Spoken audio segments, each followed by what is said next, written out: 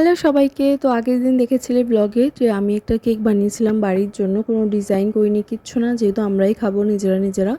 তো কিছুক্ষণ ফ্রিজে রেখেছিলাম, এরপর ও যখন এলো ওকে দিয়ে আমি কেকটা কাট করালাম। একটু তোমাদেরও দেখাবো ভিতরটা কীরকম হয়েছে। আর কেকটা খুবই সফট হয়েছিল, কাটা দেখলেই বুঝতে পারবে কি সুন্দর কেটে যাচ্ছিলো।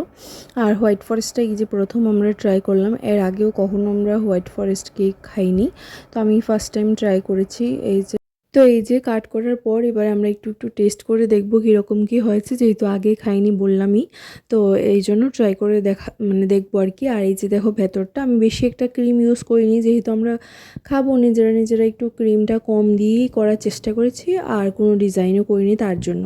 তো এই যে পরদিন আমি আবার বাড়িতে গেছিলাম দুদিনের জন্য। আর বাড়িতে যাব ব্লগে অবশ্যই গুড্ডুকে দেখানো হবে, ওর কাজ নিয়েই ব্যস্ত। ব্লগটা কেমন লাগলো জানিও, দেখা হচ্ছে নতুন কোনো ব্লগে। বাই।